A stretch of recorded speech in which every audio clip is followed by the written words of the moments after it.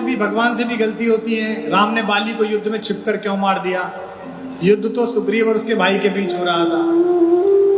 हाँ सही है, मुझे भी लगता था शुरू में, मैंने अपने पिताजी से पूछ लिया था ये क्या बात हो गई। भगवान ने बाली को छुपकर मारा, दो लोगों के बीच कुश्ती चल रही थी, इसके बाद मार दिया। लेकिन अगर मानस ठीक से पढ़ो तो बाली ने भी यही सवाल भगवान से पूछा जो तुमने मुझसे पूछा है। बाली ने पूछा, मैं बैरी सुग्रीव प्यारा, अवगुण कवन नाथ मुहि मारा। मैं बैरी हो गया, सुग्रीव प्रेमी हो गया, आपने मुझे क्यों मार दिया? भगवान ने उसे उत्तर दिया। उन्होंने कहा कि तूने राजपाट छीना, इस बात से मेरी कोई नाराजगी नहीं, तुम दोनों भाइयों का आपसी संघर्ष था। लेकिन तूने एक ऐसा अपराध किया जिसमें तुझे मारना आवश्यक था, और तुझको स्वयं श्रीहरि भगवान ने ही ये वरदान दे रखा है कि तेरे सामने जो जाएगा वो आदि शक्ति ले लेगा। इसलिए तेरे सम्मुख में ना तो भगवान का अपमान कर सकता जाकर, और ना ही मैं सुग्रीव को पराजित देख सकता था कि तुझे तेरे अपराध का दंड मिलना आवश्यक था। और अपराध क्या था? अनुज वधू भगिनी सुत नारी, सुन सठ कन्या सम ए चारी। रे नीच रे पापी, तू मेरा भक्त अवश्य है, पर तूने ऐसा अपराध किया जिस पर दंड मिलना ही था, क्योंकि छोटे भाई की बहू। इसी मानस की तो कमी है जो तुम सीरियल देख रहे हो रात को 8 बजे, महिलाएं देख रही हैं। चैनल का नाम लेकर उसे क्यों बड़ा करूं, जिसमें वो एक डब्बू टाइप का हीरो है और वो दोनों बहनों से शादी कर रहा है। पहले बड़ी वाली से कर दी थी, फिर छोटी से छोड़ के दूसरी से कर ली। अगर उसने मानस पढ़ी होती, देखने वालों ने पढ़ी होती तो उसे बंद कर देते, बोले बदलो ये तो बकवास आ रही है। अनुज वधू भगिनी सुत नारी, बेटे की बहू, सुन सठ कन्या सम ए चारी। रे मूर्ख, ये चारों बेटी के समान होती है। इन्हें कुदृष्टि बिलो कहीं जोई, इन्हें बुरी दृष्टि से जो देखे ताहि हने कुछ दोष न होई। उसे मारने में कोई दोष नहीं है, भगवान का उपकार है। और आप समाचार क्या पढ़ रहे हैं? मुझसे अगले हर साल संवाद करो मत करो आवश्यक नहीं है। मैं भारत कुलम चलाऊं न चलाऊं, आप सहयोग दो मत दो, अपने यहां भारत कुलम खोल लो।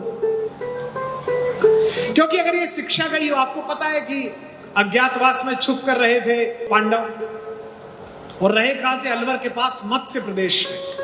वहां विराट नामक एक राजा था। जैसे ही दुर्योधन को यह पता चला कि 1 वर्ष पूरा होने में 1 दिन बाकी है, गलती हो गई, मैथमेटिक्स गलत लगाई। जब षड्यंत्र में रहोगे तो हिसाब ठीक लगाओगे ही नहीं।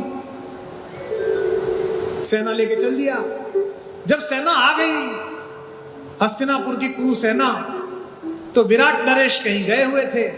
उस समय अर्जुन एक ब्रह्मनला बनकर, एक किन्नर बनकर विराट नरेश की बेटी उत्तरा को नृत्य सिखाते थे। आपको पता है, ये कहानी पता है? उनका एक लड़का था, उसका नाम था उत्तर। लड़के का नाम उत्तर, लड़की का नाम उत्तरा। उत्तर जो था वो थोड़ा सा इंस्टाजीवी था। एक इंस्टाजीवी प्रजाति है जो फिल्टर लगा के खुद को लगती है। वो जिंदगी फिल्टर लग गई है उनकी, वास्तविकता कुछ और है, दिख कुछ और रहा है। तो जब बात पता चली कि बाहर आ गए कौरव, तो कौन मारेगा? पिताजी तो बाहर गए, तो बोला कोई चिंता नहीं, मैं मार के भगा दूंगा इन्हें। है कौन? भीष्म, मैं अभी मार दूंगा। तो तुरंत जो चमचे खड़े थे, वही राजकुमार के भी चमचे थे। आप तो लोकतंत्र में, भारत में रहते हो, आपको पता है राजकुमारों के चमचों के बारे में। आपसे बेहतर कौन जानता है? राजकुमारों को तो खानदानी होते हैं, वो उनके पहले माता पिता के होते हैं, फिर उनके उत्तर में मिलते हैं।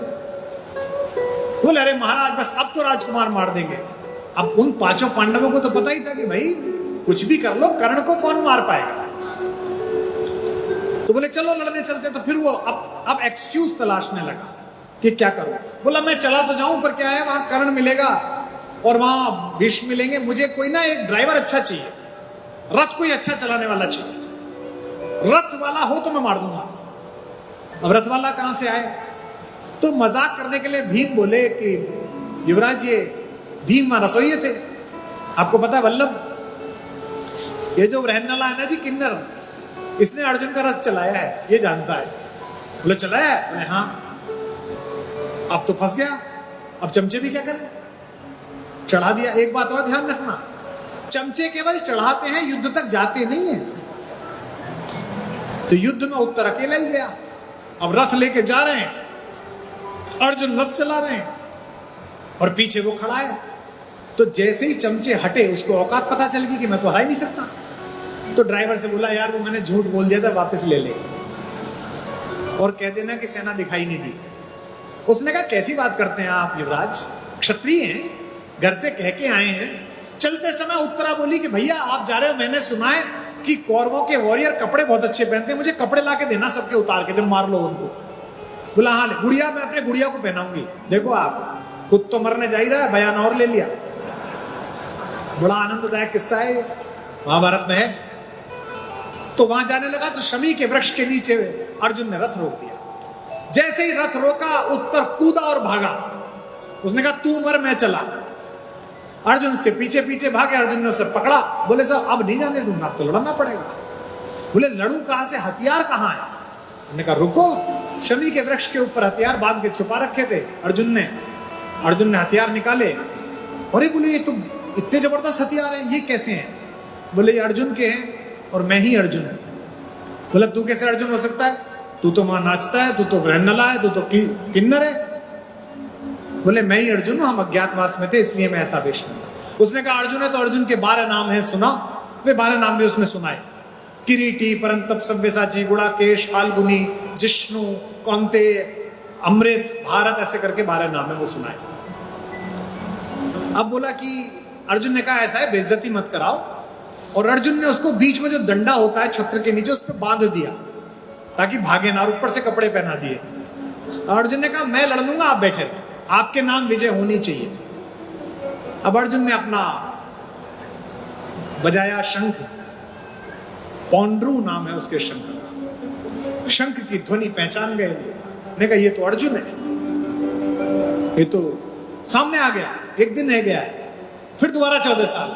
पिता में भीष्म का नहीं, आज ही सुबह ब्रह्म मुहूर्त में 14 वर्ष पूरे हुए, क्योंकि मैं अपने बच्चों के वापस आगमन का रोज दिन गिनता था।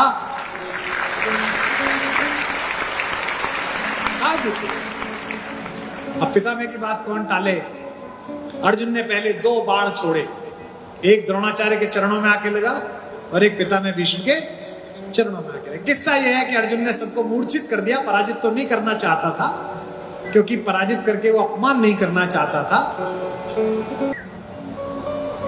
चलते समय उत्तर ने कहा कि मुझे कपड़े ले जाने अपनी बहन के लिए, गुड़ियाओं के लिए।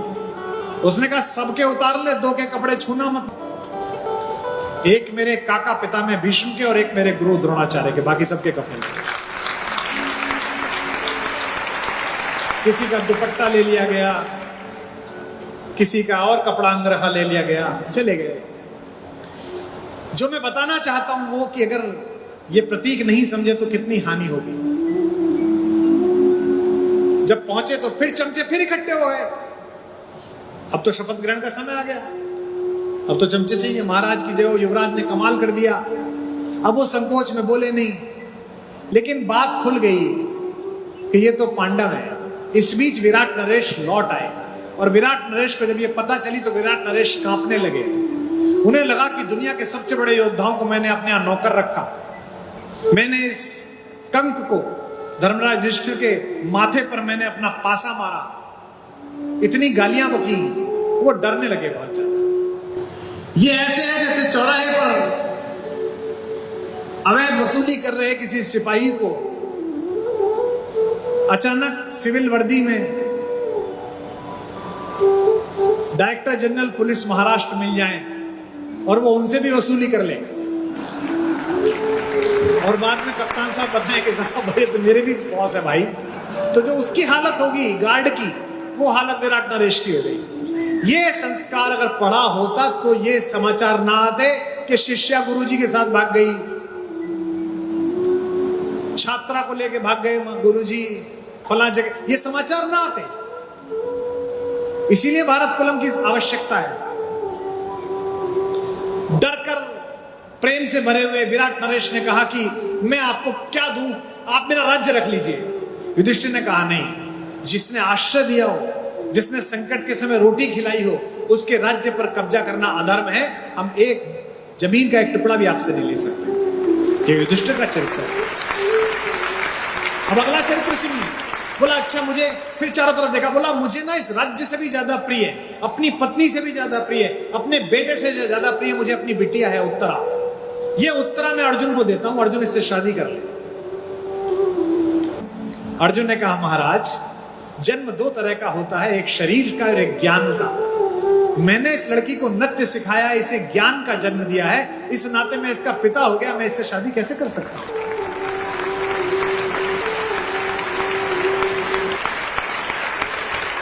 विराट ने कहा कि ये तो वाग्दत्ता हो गई, मैंने वाणी से दान कर दिया, वागदान संस्कार, सगाई मैंने वाणी से कह दी कि तुम्हारे यहां गई, वापस कैसे लूं?